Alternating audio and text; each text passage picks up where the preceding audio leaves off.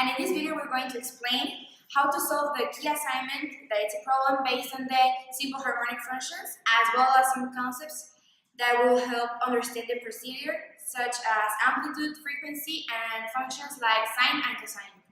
The objective is to solve the problem using the simple harmonic motion.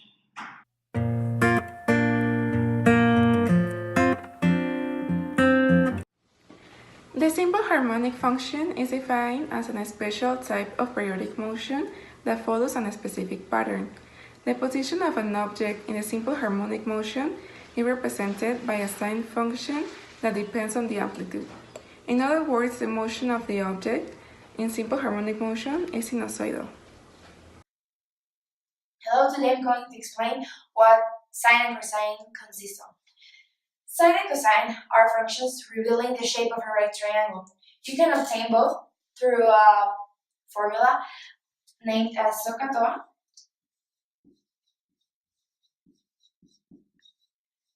which gives you what sides are going to need for each of the functions. In this case, according to the angle given, you are going to know what the adjacent or the opposite side are. In this case, this triangle, according to the angle given, it's going to give you the adjacent or the opposite side as well as the hypotenuse.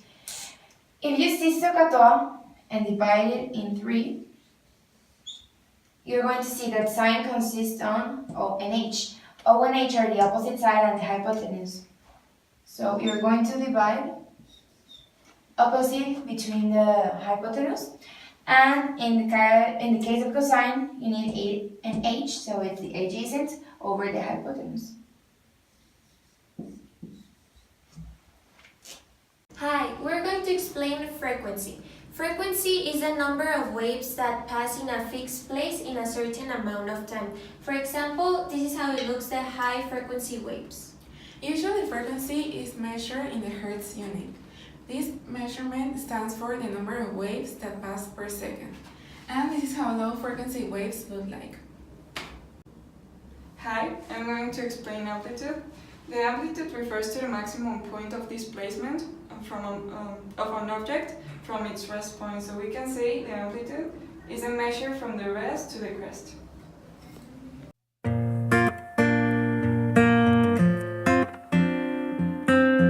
So now I'm going to read the problem. A Ferris wheel has a radius of 10 meters, and the bottom of the wheel passes 1 meter above the ground. If the Ferris wheel makes one complete revolution every 20 seconds. So the important data here is that it has a radius of 10 meters, that is 1 meter above the ground, and that one complete revolution is every 20 seconds. Now I'm going to explain the frequency of the problem. We know that one complete revolution is every 20 seconds. This means that when the cycle completes in 360 degrees, it's going to be 20 seconds. If we use radians, we're going to know it's 2p is equal to the 360 degrees. And we're going to divide it between the 20 seconds of the revolution. That's simplified, it's p over 10. Then we're going to make the function using cosine, and we're going to obtain the cosine of the revolution multiplying the time. So now I'm going to determine the function that will give us the height of a person above the ground. So we already know that 2p is 316 degrees and 20 is the time per revolution that it makes. So now I'm going to add this formula. Height equals to 10. I add here 10 because it's 10 of the radius. Now cosine, I'm going to add like this over here. Cosine of p over 10 t of the time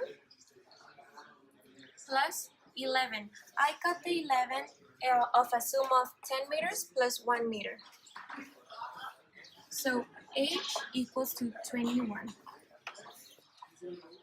So now I'm going to graph this function. Its cosine of 10 equals to pi over 10t plus 11, and I'm going to change the t for a 20, that's 20 seconds.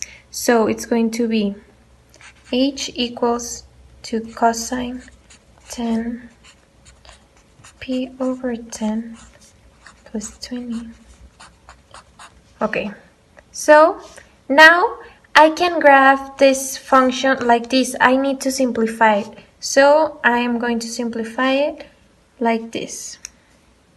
So we said that we have h equals cosine. I'm going to multiply the 20 with pi over 10. So I will have something like this.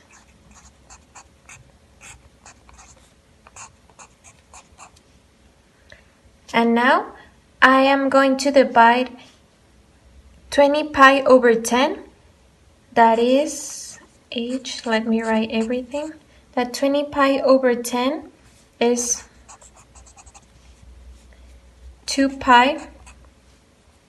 It's 2 pi.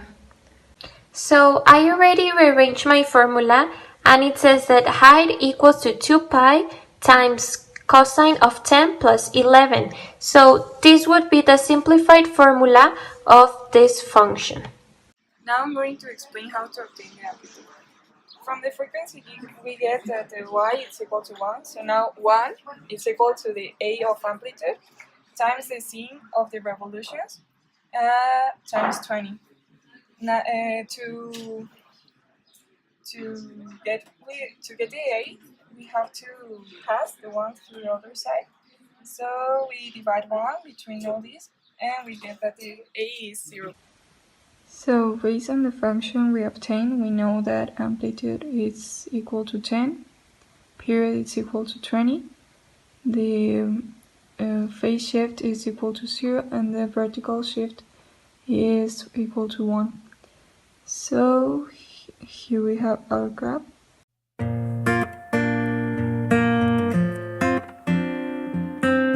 a conclusion, I would say that we really enjoyed the project, and we hope you did as well. And we can also apply the simple harmonic motion in our daily life. Thank you. Thank you. Thank you.